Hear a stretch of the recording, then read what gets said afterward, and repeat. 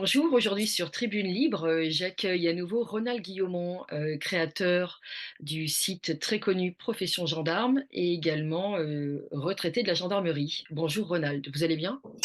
Oui, bonjour Stéphanie, je vais très très bien, il n'y a pas de souci. Aujourd'hui, vous vouliez nous Je sais parler, pourquoi. oui, vous vouliez nous parler de l'affaire Rémi Daillet Wiedemann, je crois, de son nom complet. D'abord, pour ceux qui ne savent pas qui est cet homme, est-ce que vous pourriez nous en dire un peu plus, s'il vous plaît? Eh bien, Rémi Daillé, on peut le considérer comme un homme politique. Il a fait de la politique, il est le fils d'un sénateur, je crois, ou d'un député, et il a fait partie du MoDem. Et il y a une dizaine d'années, d'après ce que j'ai pu voir sur Internet, il s'est fait virer du MoDem. Bon, c'est un personnage qui est un peu excentrique et qui est très particulier d'ailleurs, et qui a fait pas mal de vidéos qu'il a publiées sur le net, espérant faire renverser le gouvernement et faire la révolution. Mais je pense que ça ne tenait pas debout ce qu'il racontait sur ses vidéos, pour la simple raison que quand on veut faire ce qu'il prévoyait de faire, on l'annonce pas à tout vent, on le fait ou on le fait pas. Bon, et par la suite, je pense que vous voulez savoir qu'est-ce qui s'est passé Oui, et exactement. pour Alors, vous quelles avez été raisons. convoqué par la police, c'est bien ça? Tout à fait, je suis convoqué par la Direction générale de la sécurité intérieure.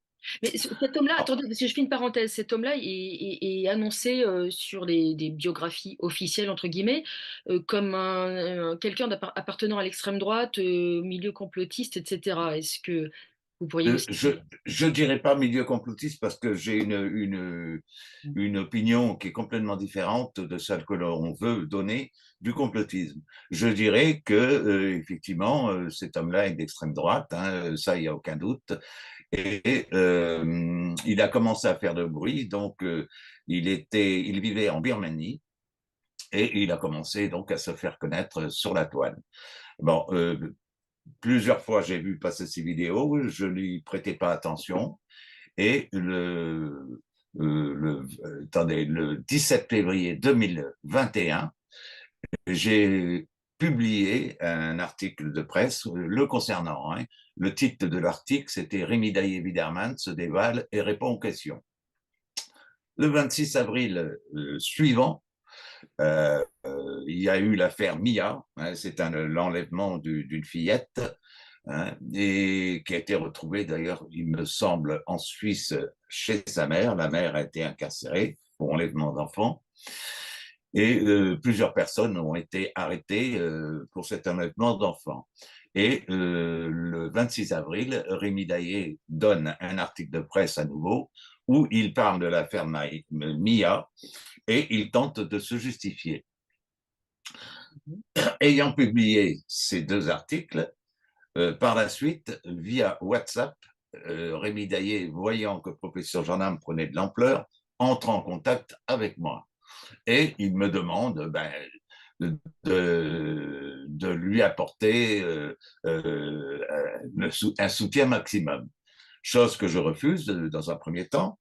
Et d'ailleurs, j'ai toujours refusé en lui disant que je faisais de l'information, que je ne jugeais pas les informations que je publiais et que je laissais le soin à mes lecteurs de faire leur propre opinion et que je tenais à garder mon indépendance en ce sens. Puis par la suite, 1er juin 2021, 15 juin 2021 et 29 octobre 2021, j'ai publié trois autres articles concernant. Alors, le 1er juin, un article est sorti, c'est Enlèvement de la petite Mia, le gourou français des ravisseurs arrêté en Malaisie. Ensuite, j'ai publié donc Enlèvement de Mia, le complotiste français Rémi Daillé et sa famille expulsée de Malaisie. Puis finalement, je publie également, mais là, il n'a pas pu me le reprocher, Rémi Daillé mis en examen pour association de malfaiteurs terroristes et écroué. Mais avant qu'il soit écroué, l'intéressé via WhatsApp me fait part de son mécontentement. Et à partir de ce moment-là, j'ai coupé tout lien avec lui. Je n'ai plus jamais répondu. Je n'ai jamais. Donc, c'est tout ce que je sais.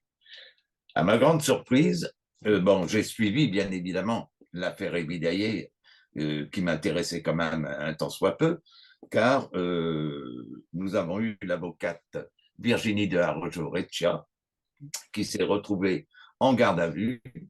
Je crois qu'elle a dû faire 72 heures, 60 ou 72 heures de garde à vue à la DGSI dans le cadre de cette affaire.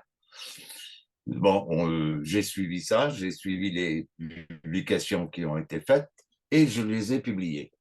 Il s'est avéré, d'après ce que j'en ai retenu, c'est que finalement, aucune poursuite n'a été engagée contre Virginie de Arrojo, l'avocate, mais pendant ces 72 heures de garde à vue, on l'a questionné sur des sujets qui n'avaient rien à voir avec l'enquête Rémi Daillé. Voilà.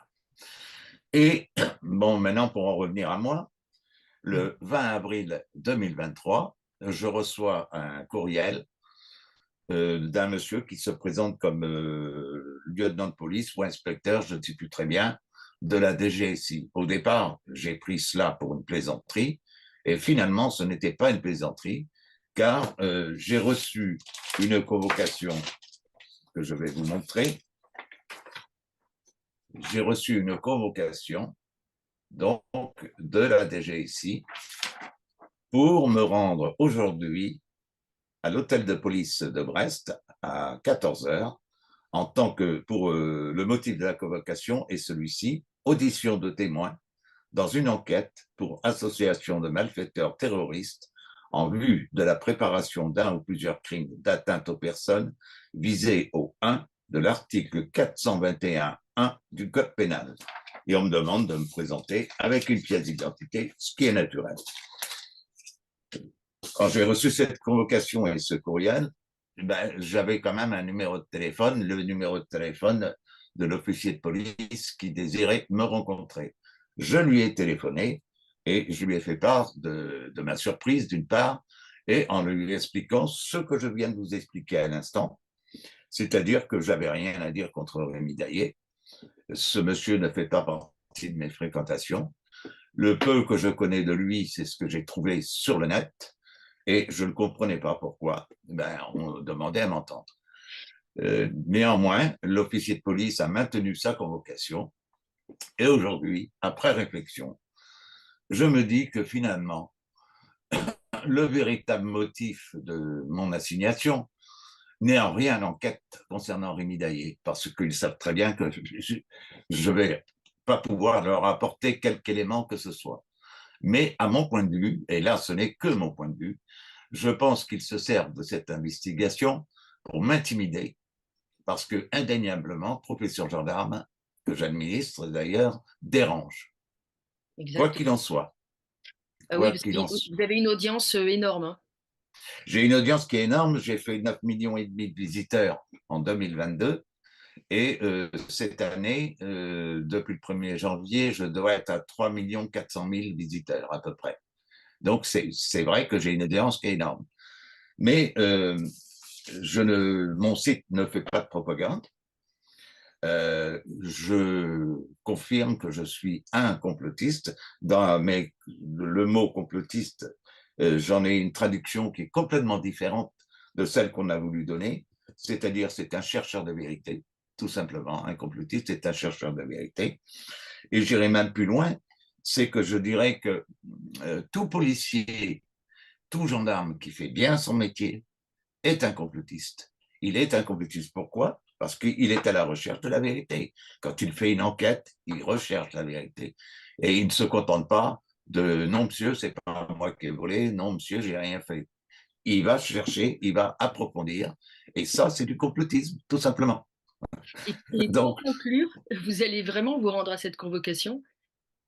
oui, je vais me rendre à cette convocation et Stéphanie, je vous remercie beaucoup d'ailleurs pour cette visioconférence, car pour ce que j'ai à dire, c'est que ben, vous voyez, je suis très serein déjà pour commencer et je dois affirmer que je suis en bonne santé.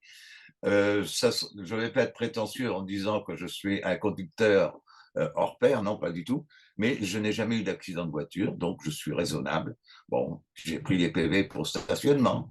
Il m'est arrivé aussi, surtout depuis que je suis à la retraite, d'oublier de marquer un stop comme il le fallait. Bon, mais en dehors de ça, je Très suis un bien. bon conducteur. Vous n'avez pas de Et pensée suicidaire non plus. voilà, c'est ce que je vais vous dire. Ouais. La vie est belle et j'espère faire un centenaire et continuer la mission que je me suis donnée à l'heure actuelle. Moi Donc, aussi. un, un accident lui est arrivé. Bon, Jacques, mais bon, non, non, non, il n'y a pas de souci. Je tenais à vous remercier à nouveau, et vous et Profession Gendarme pour l'aide que vous apportez à Tribune Libre. Cette vidéo sera en ligne ce soir, au plus tard. Oui, Entre-temps, vous serez rendu à la convocation, donc vous tiendrez informé de la suite donnée à cette affaire, évidemment. bien sûr, évidemment. Donc, demain matin, je fais une publication sur Profession Gendarme pour expliquer ce que je viens de vous expliquer, pour donner les liens également des publications que j'ai faites concernant Rémi Daillé. Et je vais faire un compte-rendu de cette entrevue que je vais avoir avec cet officier de police judiciaire, tout simplement.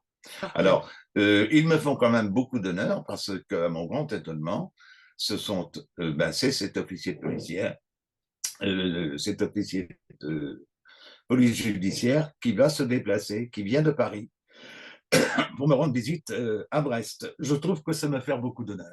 Oui, effectivement. Affaire à suivre. Voilà, On va regarder affaire à suivre. l'agenda, et on se tient au courant de la suite donnée à cette affaire. Un grand Il merci, n'y a, Ronald il y a Guillon. pas de souci, c'est moi qui vous remercie, Stéphanie. C'est moi qui vous remercie. Au moins, j'ai pu m'exprimer avant cette audition. À bientôt. Je vous remercie. À bientôt. Bonne journée.